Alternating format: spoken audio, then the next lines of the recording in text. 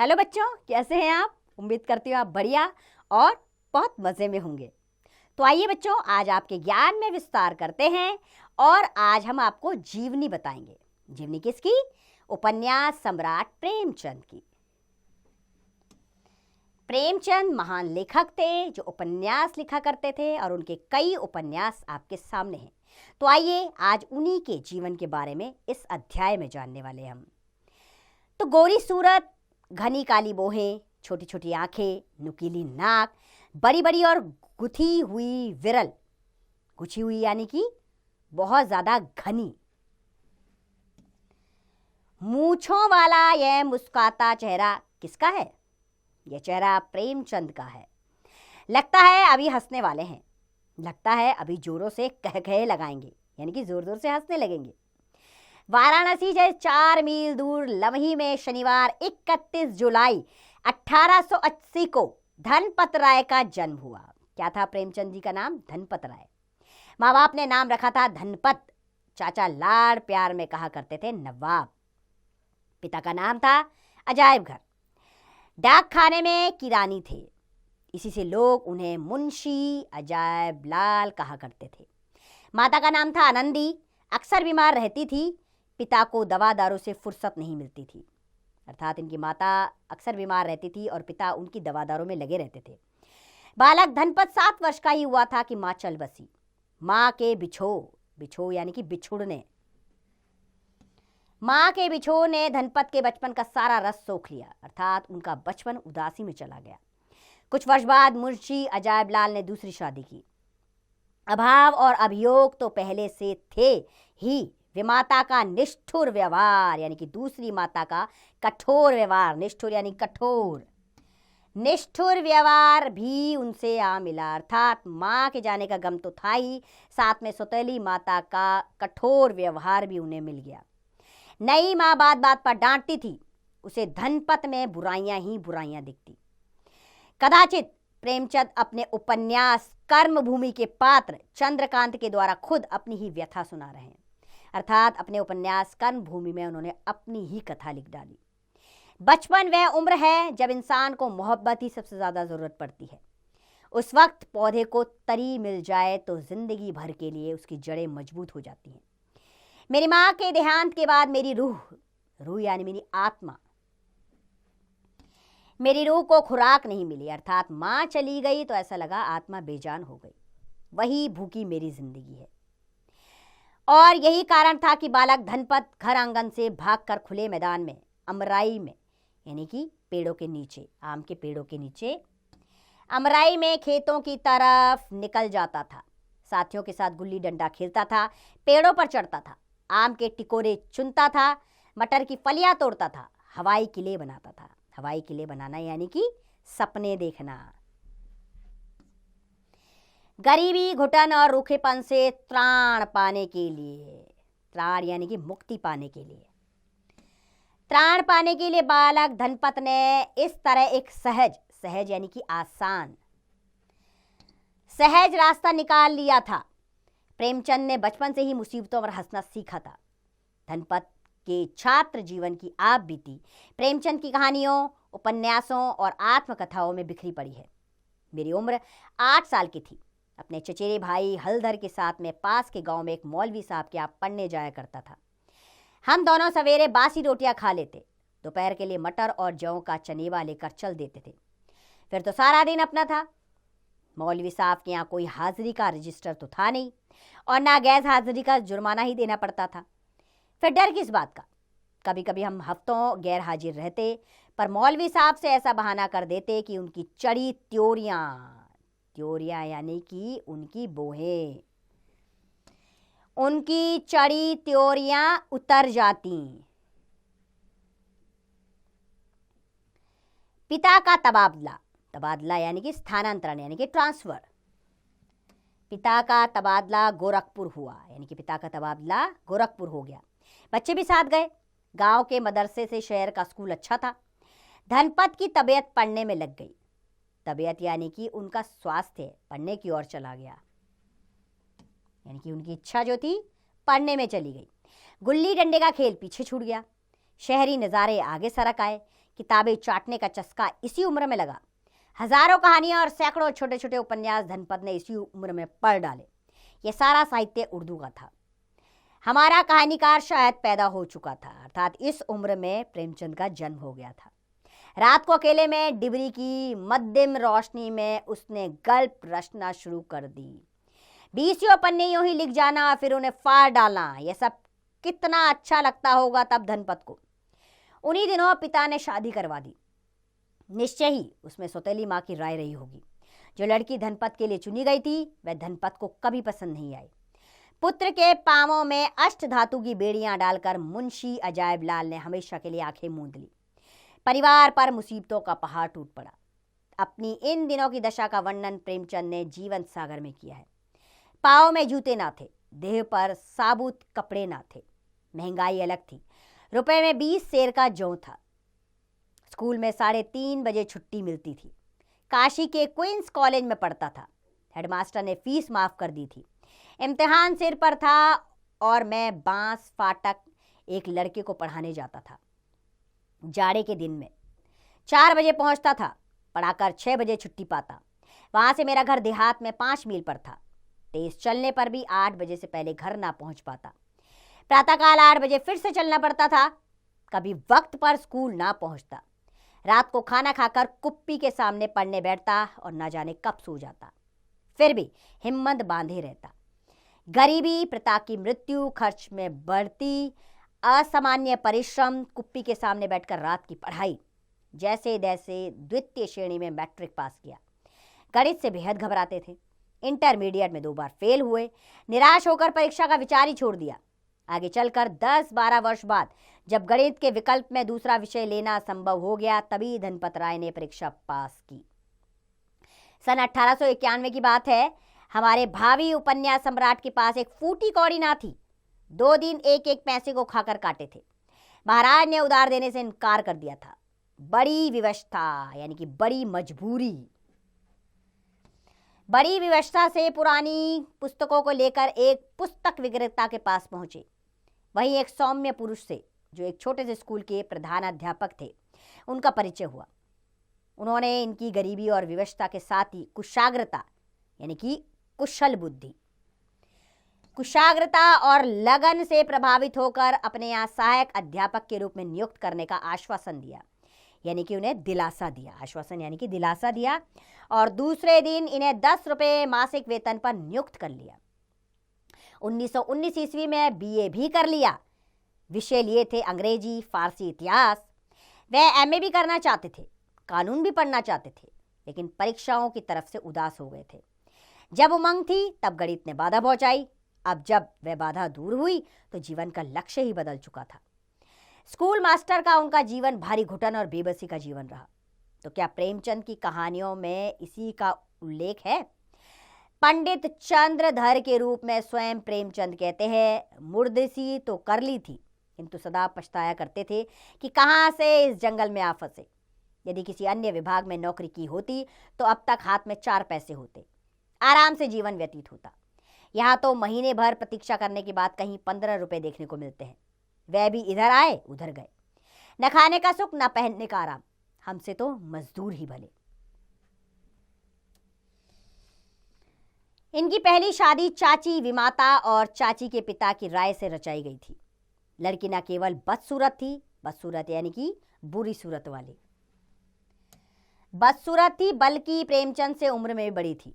ढीठ और नासमझ भी थी। पति से भी लड़ती थी और पति की सौतेली माँ से भी। 10-12 वर्ष तक यानी वर्ष 1905 तक तो धनपत राय ने पहली बीवी का साथ जैसे तैसे निभाया, किंतु जब उसके साथ एक दिन भी निभाना मुश्किल हो गया तो शिवरानी देवी नाम की बाल विधवा से शादी करके धनपत राय ने समाज के सामने भारी साहस और आत्मबल का परिचय दिया।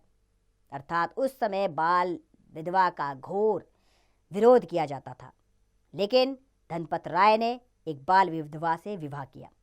धनपत राय पढ़ाकू तो थे ही, कलम भी चलने लगी। मैट्रिक पास करने से पहले ही उनको लिखने का चस्का लग गया था। पढ़ाई और ट्यूशन आदि से जो वक्त बचता वह सारा का सारा किस्से कहानियां पढ़ने में लगाते। किताबी कहानियों का जो भी असर दिमाग पर पड़ता, उसे अपनी सहज कल्पनाओं में घोल घोल कर मुंशी जी नई कथा वस्तु तैयार करने में और वह कागज पर उतरने भी लगी। वर्ष 1901, 1902 में उनके 1-2 उपन्यास निकले। कहानियां वर्ष 1907 में लिखनी शुरू की। अंग्रेजी में रविंद्रनाथ की कई कल्पें पढ़ी थी, अर्थात उनकी कई कहानियां पढ़ी। मुंशी जी ने उन कल्पों के उर्दू रूपांतरण पत्रिकाओं में छपवाए। पहली कहानी थी संसार का सबसे अनमोल रत्न, तो वर्ष 1907 में कानपुर के उर्दू मासिक जमाना में प्रकाशित हुई। जमाना में धनपत राय की अन्य रचनाओं का प्रकाशन वर्ष 1903 और 1904 में शुरू हो गया था। वर्ष 1904 के अंत तक नवाब राय जमाना के स्थायी और विशिष्ट लेखक हो चुके थे। चाचा का प्यार का नाम नवाब राय शुरू की रचनाओं के साथ वर्षों तक चमकता रहा, किंतु वर्ष 1910-1911 में सोजे वतन की जब्ती के साथ नवाब राय की नवाबी खत्म हो गई। बाद में जमाना के पाठकों का प्रेमचंद से परिचय हुआ और नवाब राय जाने किस पर्दे की ओट में सदा के लिए छिप गए। बात यह थी कि सोजे वतन की जब्ती के बाद अंग्रेजी सरकार और पिट्ठुओं की नज़र में नवाब राय कांटे की तरह खटकने लगे थे।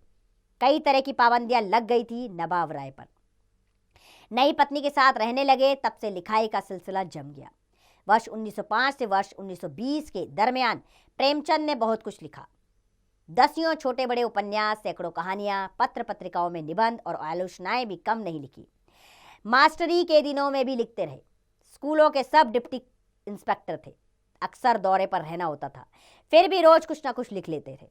बीमारी के दिनों में भी छिपकर लिखते थे। पत्नी और बच्चों की नजरें बचाकर दिन में और रात में चारपाई पर बैठे बैठे प्रेमचंद के लिए लिखना ही सबसे प्यारा काम था। कभी किसी वजह से उनकी लिखाई छूट जाती तो उनके लिए यह भारी सजा थी। वर्ष 1928 के बाद ज्यादातर वह हिंदी में ही लिखने लगे। माधुरी लखनऊ के संपादक होने पर उनकी प्रतिभा और योग्यता की एक एक बूंद हिंदी संसार को मिलने लगी। फिर भी जमाना को प्रेमचंद की मौलिक उर्दू रचनाएं लगातार मिलती रही। अब वे अपना निजी पत्र निकालना चाहते थे। पत्र पत्रिकाएं संपादित करने की दीक्षा दरअसल प्रेमचंद को कानपुर में ही मिल चुकी थी। वर्ष 1905 से ही जमाना और आजाद के कॉलम उनकी कलम के लिए खेल का मैदान बन चुके थे। वर्ष 1921 और 22 में काशी से निकलने वाली मासिक पत्रिका मर्यादा का संपादन बड़ी कुशलता से किया गया था। अब वे मंजे हुए पत्रकार थे। फलतः वर्ष 1930 में हंस निकला और वर्ष 1932 में जागरण। हर दर्जे की ईमानदारी और अपनी ड्यूटी को अच्छी तरह निभाने की मुस्तैदी यानी कि चुस्ती, मुस्तैदी, खुद तकलीफ झेलकर भी दूसरों को सुख पहचानने की लगन, 100 बंधनों में जकड़ी हुई भारत माता की स्वाधीनता के लिए आतुरता यानी कि बेचैनी आगे बढ़ने की, बाहरी और भीतरी बुराइयों की तरफ से लोगों को आगाह करने का संकल्प, हर तरह के शोषण का विरोध, अपनी इन खूबियों से प्रेमचंद खूब लोकप्रिय हो उठे। प्रेमचंद का स्वभाव बहुत ही विनम्र था, किंतु उनमें स्वाभिमान कूट कूट कर भरा था। दिखावा उन्हें बिल्कुल पसंद नहीं था। वे कुर्ता और धोती पहनते थे। वर्ष 1920 के बाद गांधी टोपी ली थी। सरकारी नौकरी और स्वाभिमान में संघर्ष चलता ही रहता था। आखिर में जीत हुई स्वाभिमान की। वर्ष 1920 में सरकारी सेवा से त्यागपत्र दिया और गांव आकर जम गए। कलम चलाकर 40-50 रुपए की फुटकर मासिक आमदनी होने लगी। बड़े संतोष और धीरज से वे दिन प्रेमचंद ने गुजारे। वर्ष 1921 में काशी के नामी देशभक्त बाबू शिव प्रसाद गुप्त ने 150 रुपए मासिक पर प्रेमचंद को मर्यादा का संपादक बना लिया। पहले संपादक बाबू संपूर्णानंद असहयोग आंदोलन में गिरफ्तार होकर जेल पहुंच गए थे। मर्यादा को संभालने के लिए किसी योग्य संपादक की आवश्यकता थी। वर्ष 1922 में संपूर्णानंद जी जेल से छूट तो गए, उन्हें मर्यादा वाला काम वापस मिला, लेकिन बाबू शिव प्रसाद गुप्त प्रेमचंद को नहीं छोड़ना चाहते थे। काशी विद्यापीठ में उन्हें स्कूल विभाग का हेडमास्टर नियुक्त कर दिया। 1.5-2 वर्ष प्रेमचंद काशी विद्यापीठ में रहे होंगे। आगे चलकर उन्हें महसूस हुआ कि विद्यापीठ को पैसे की तंगी है। ऐसी स्थिति में वहां लदे रहना उन्हें ठीक नहीं जचा। दूसरी बात यह थी कि प्रेमचंद स्वाधीनता संग्राम में कभी जेल नहीं गए थे। विद्यापीठ जैसी राष्ट्रीय शिक्षण संस्थाओं में जेल यात्रा किसी शिक्षक के लिए साधारण योग्यता नहीं, विशेष योग्यता समझी जाती थी। वर्ष 1923 में सरस्वती प्रेस चालू हुआ। प्रेमचंद की आजाद तबीयत को नौकरी भाती नहीं थी। स्वाधीन रहकर लिखने पढ़ने का धंधा करना चाहते थे। प्रेस खोलते वक्त उनके दिमाग में यही एक बात थी कि अपनी किताबें आप ही छापते रहेंगे। मगर प्रेमचंद अपने प्रेस को वर्षों तक नहीं चला सके। किताबों का प्रकाशन करके कागज और छपाई बंधाई का खर्चा निकालना भी मुश्किल था। वर्ष 1930 तक प्रेस की हालत खराब रही। फिर भी वह प्रेमचंद का लहू पी पी कर, यानी कि उनका खून पीकर किसी तरह चलता रहा, यानी कि घुट घुट कर चलता रहा। इसमें जो कुछ कसर थी उसे हंस और जागरण ने पूरा कर दिया। घाटा घाटा और घाटा, कर्ज कर्ज और कर्ज। बार बार निश्चय करते थे कि अब दोबारा नौकरी नहीं करेंगे, अपनी किताबों से गुजारे लायक रकम निकल ही जाएगी। बार बार जमकर प्रेस में बैठते थे, बार बार पुराना कर्ज पाट कर नए सिरे से मशीन के पुर्जों में तेल डालते थे। काम बढ़ता था, परेशानियां बढ़ती थी। बुढ़ापा और उसी रफ्तार से आगे बढ़ता जाता था। पेट की बीमारियां हमेशा प्रेमचंद के पीछे पड़ी रही, लेकिन चिंता का रोग उनका सबसे बड़ा रोग था। परिवार बड़ा था, आमदनी कम। थोड़ी बहुत कटौती करके शिवरानी जो कुछ बचाती उसे आप प्रेस के पेट में डाल देते। पढ़ने लिखने का सारा काम रात को करते थे। तंदुरुस्ती यानी कि तंदुरुस्ती बीच बीच में टूट जाती थी। दारू दवा के लिए शिवरानी रुपए देती तो प्रेमचंद उस रकम को भी प्रेस में खर्च कर देते थे। खाना भी मामूली किस्म का खाते थे। वर्ष 1930 के बाद दशा कुछ बदली जरूर, मगर प्रेमचंद का परिश्रम और भी बढ़ गया। उनका जीवन ऐसा दीप था जिसकी लौ मध्यम नहीं थी, अर्थात कम नहीं थी, तेज प्रकाश देने को मजबूर थी। उस पर दीप में कभी पूरा पूरा तेल नहीं डाला गया। लौ हमेशा बत्ती के रेशों को ही जलाती रही। उनकी बेचैनी इसलिए थी कि वे चाहते थे कि जीवन दीप का प्रकाश दूर दूर फैले, वक्त पर फैले, अच्छी तरह फैले। अपनी सारी किताबें, अपना सारा साहित्य अपने प्रेम में ही छपवाकर समूचे देश में फैला देना चाहते थे। किसानों, मजदूरों, युवकों, विद्यार्थियों, स्त्रियों और अछूतों की दर्दनाक जिंदगी को आधार बनाकर जो कुछ भी लिखा, सभी कुछ छापकर जनता को सजग सचेत बना देने का संकल्प प्रेमचंद के अंदर हिलोरे ले रहा था। अधिक से अधिक लिखते जाना, अधिक से अधिक छापते जाना, अधिक से अधिक लोगों को जागरूक बनाते जाना। शोषण, गुलामी, ढोंग, दम, स्वार्थ, रूढ़ी, झूठ, अन्याय, अत्याचार, इन सब की जड़ें खोद डालना और धरती को नई मानवता के लायक बनाना, यही प्रेमचंद का उद्देश्य था। वर्ष 1934 के बाद प्रेमचंद को लगने लगा कि अब वे 2-4 वर्ष से ज्यादा नहीं जिएंगे। इससे उनके अंदर दिन रात लिखने की, दिन रात काम करने की भावना जोर पकड़ती गई। आजीवन यानी कि पूरे जीवन भर आजीवन संघर्षरत और अभावग्रस्त लेखक ने अपना स्वास्थ्य चौपट कर डाला। अंतिम दिनों में वे संतरे लेने लगे थे। पथ्य परहेज पर भी थोड़ा बहुत ध्यान दिया गया, लेकिन तब तक तंदुरुस्ती बिल्कुल रूठ चुकी थी, अर्थात उनका स्वास्थ्य बहुत गिर गया था। उन्हें हंस की चिंता थी, जागरण की चिंता थी, सरस्वती प्रेम और प्रकाशन की चिंता थी। उन्हें जमाना, जो उर्दू मासिक थी, पत्रिका की चिंता थी। मरते दम तक जिसके लिए मजमून तराशते रहे, अर्थात जिसके लिए जमीन तराशते रहे। उन्हें नहीं चिंता थी तो बस धनपत राय की।